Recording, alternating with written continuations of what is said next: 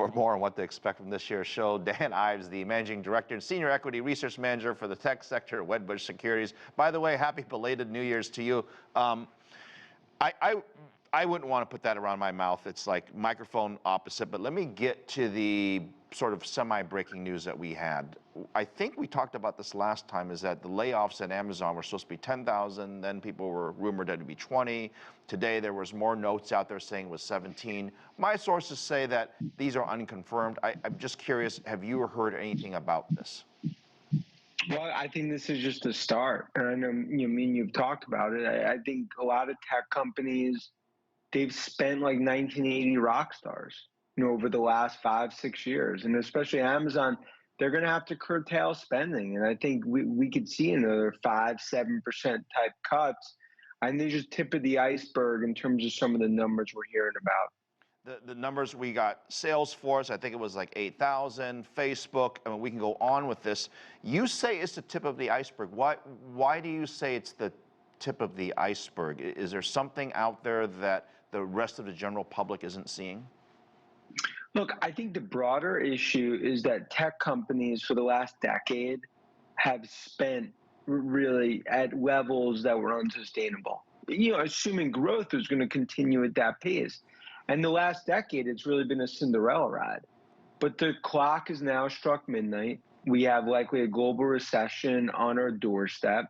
And there's going to be some darker times ahead over the coming quarters. And I think a lot of these tech companies are now, preparing for the Category 5 storm. And like I said, I mean, a lot of these companies were adding 15, 20% to their workforce every 2-3 years. And that's, I think what you're starting to see right now is cracks in demand, and they have to rip the Band-Aid off from big tech down to startups.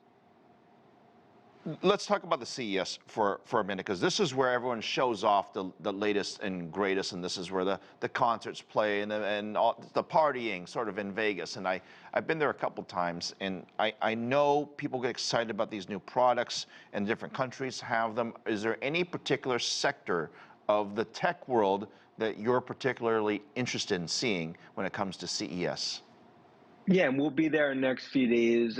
Look, I think the big thing is really going to be about artificial intelligence. AI, I think that's going to be front and center, but from both the semi side, from a chip perspective, as well as on the software front.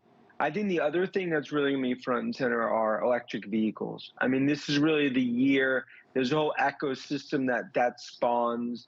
And I think, going back to the prior conversation, I think companies, investors, potentially PE, private equity, and others, they want to see investable themes. I think AI and EVs, along with, we'll call it some of the metaverse type technology, are going to be really key. Right, but when we look at EVs, I mean, I only know of one company that is arguably profitable, and the rest are still very much either in startup mode or development mode.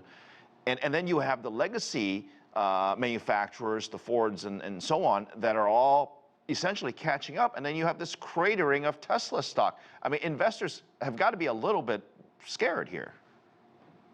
I mean, a lot of investors I talk to, it's white knuckles, because obviously we've seen the debacle in Tesla stock. 70% of that, I believe, is much Twitter-driven, non-fundamental. But you're starting to see demand cracks in China, and you've seen it from Tesla and NIO and others. And it's an arms race that's now forming. I mean, you look in the 313 Detroit area code, GM, Ford aggressively going after EVs. But my point is that we're still only in the second inning of the broader EV story. And despite some of the softness that we're seeing in the near term, I think even what you'll see at CES is about what are the investing trends over the coming years. I think AI and EV, those are front and center in terms of where a lot of the dollars are going. Okay, so those are two areas that you're fascinated, or at least interested in seeing what's going to be new in terms of product launches or information. How about areas that you're very worried about, that you're concerned about, and you want to get more information as an analyst? Well, I think the big area is probably going to be around chips.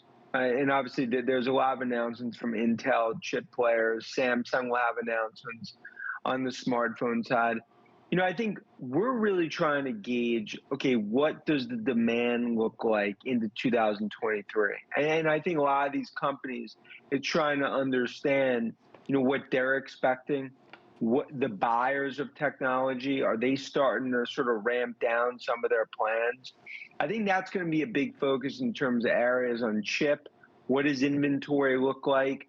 And even though some of these are all new products, I think you do get some tea leaves in terms of some of the product launches. Do product launches get pushed out over the next 6-9 months in terms of fearing the macro?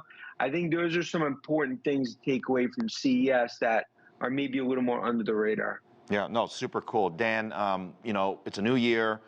We got some old problems. Hopefully we'll have some new solutions. Great to have you on the show. Safe travels Thanks. to you, and we'll talk to you very soon.